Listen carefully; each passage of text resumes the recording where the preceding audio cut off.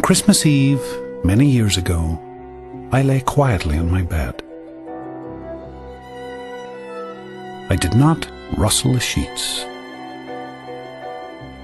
I breathed slowly and silently.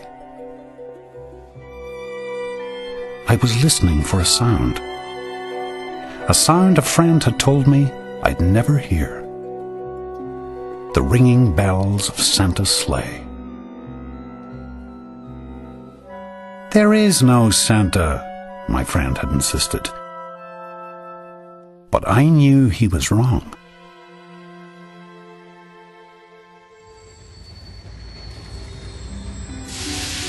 Late that night, I did hear sounds, though not of ringing bells. From outside came the sounds of hissing steam and squeaking metal. I looked through my window and saw a train standing perfectly still in front of my house.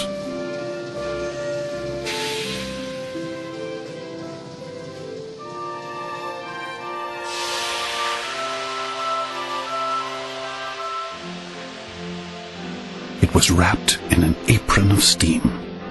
Snowflakes fell lightly around it.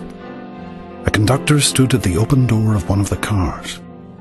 He took a large pocket watch from his vest, then looked up at my window. I put on my slippers and robe. I tiptoed downstairs and out the door.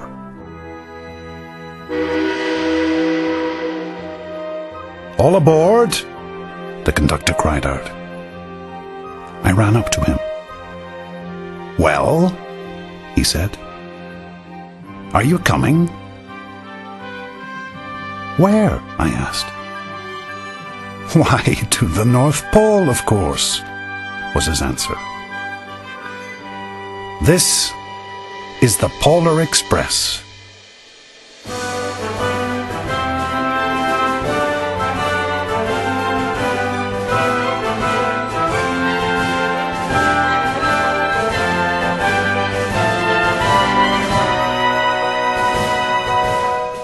I took his outstretched hand, and he pulled me aboard.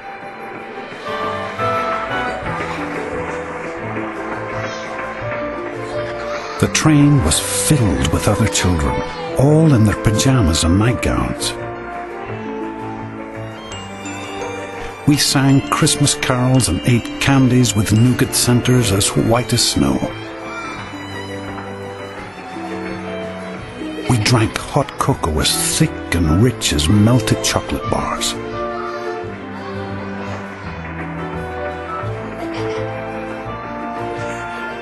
Outside, the lights of towns and villages flickered in the distance as the Polar Express raced northward.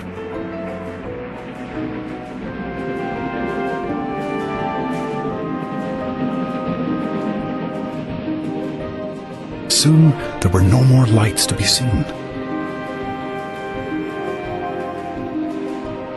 We travelled through cold, dark forests, where lean wolves roamed, and white-tailed rabbits hid from our train as it thundered through the quiet wilderness.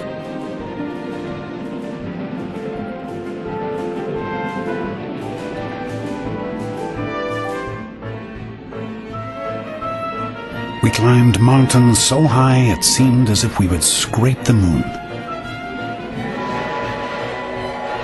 But the Polar Express never slowed down.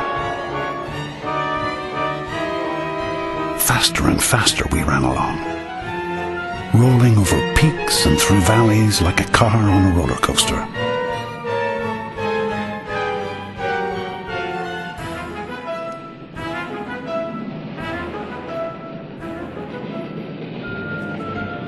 The mountains turned into hills, the hills to snow-covered plains. We crossed a barren desert of ice, the great polar ice cap. Lights appeared in the distance. They looked like the lights of a strange ocean liner sailing on a frozen sea.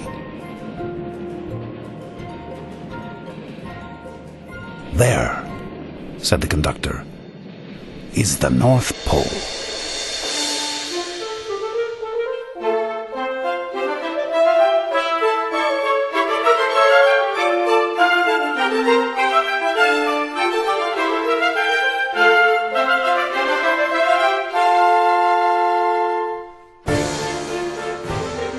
The North Pole. It was a huge city standing alone at the top of the world, filled with factories where every Christmas toy was made. At first, we saw no elves. They are gathering at the center of the city, the conductor told us. That is where Santa will give the first gift of Christmas. Who receives the first gift? We all asked. The conductor answered, he will choose one of you. Look, shouted one of the children, the elves! Outside we saw hundreds of elves. As our train drew closer to the center of the North Pole, we slowed to a crawl, so crowded were the streets with Santa's helpers. When the Polar Express could go no farther, we stopped. And the conductor led us outside. We pressed through the crowd to the edge of a large open circle. In front of us stood Santa's sleigh. The reindeer were excited. They pranced and paced, ringing the silver sleigh bells that hung from their harnesses. It was a magical sound, like nothing I'd ever heard. Across the circle, the elves moved apart, and Santa Claus appeared. The elves cheered wildly.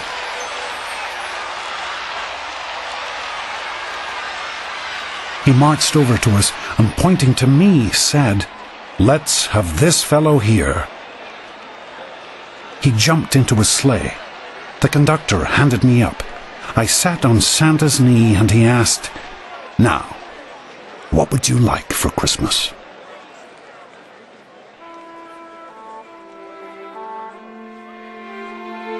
I knew that I could have any gift I could imagine. But the thing I wanted most for Christmas was not inside Santa's giant bag. What I wanted more than anything was one silver bell from Santa's sleigh. When I asked, Santa smiled.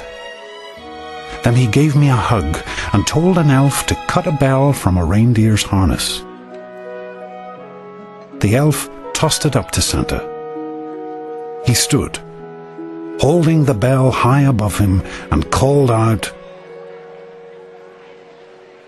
"The first gift of Christmas!"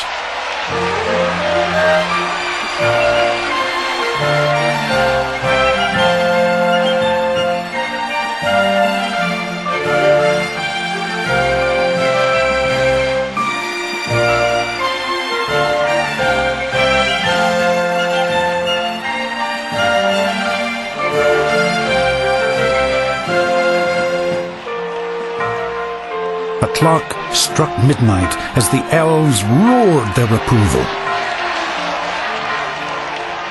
Santa handed the bell to me, and I put it in my bathrobe pocket. The conductor helped me down from the sleigh. Santa shouted out the reindeers' names and cracked his whip. Dancer, Prancer, Horn, Vixen, Cornet. His team charged forward and climbed into the air.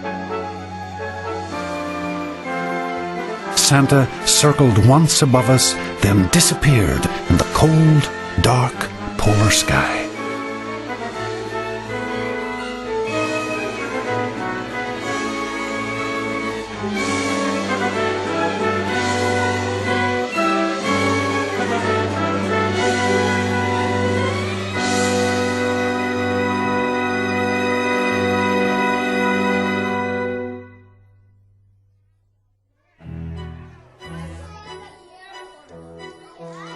As soon as we were back inside the Polar Express, the other children asked to see the bell. I reached into my pocket, but the only thing I felt was a hole. I had lost the silver bell from Santa Claus's sleigh.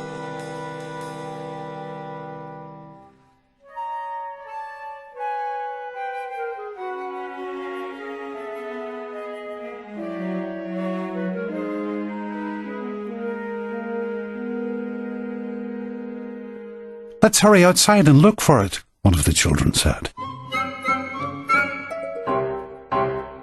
But the train gave a sudden lurch and started moving.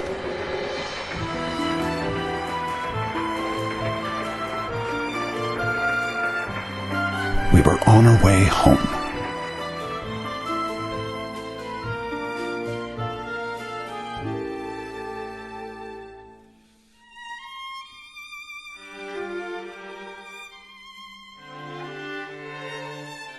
It broke my heart to lose the bell.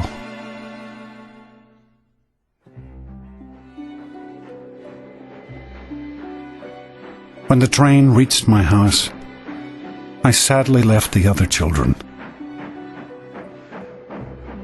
I stood at my doorway and waved goodbye. The conductor said something from the moving train, but I couldn't hear him. "What?" I yelled out.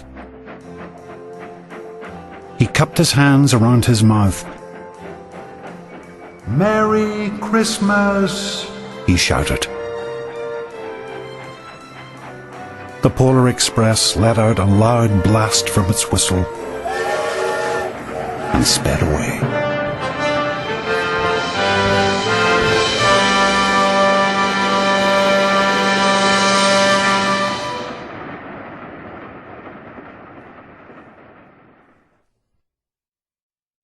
On Christmas morning, my little sister Sarah and I opened our presents.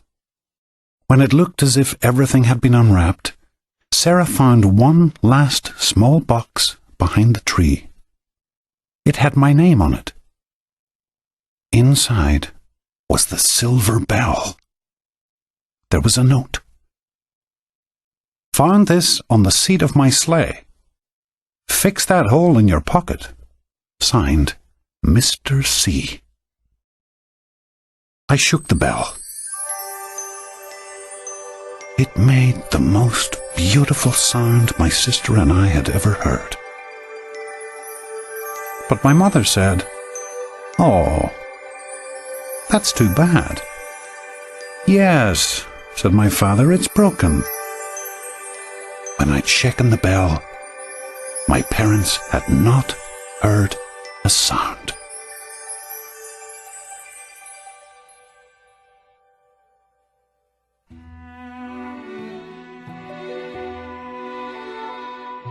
At one time, most of my friends could hear the bell.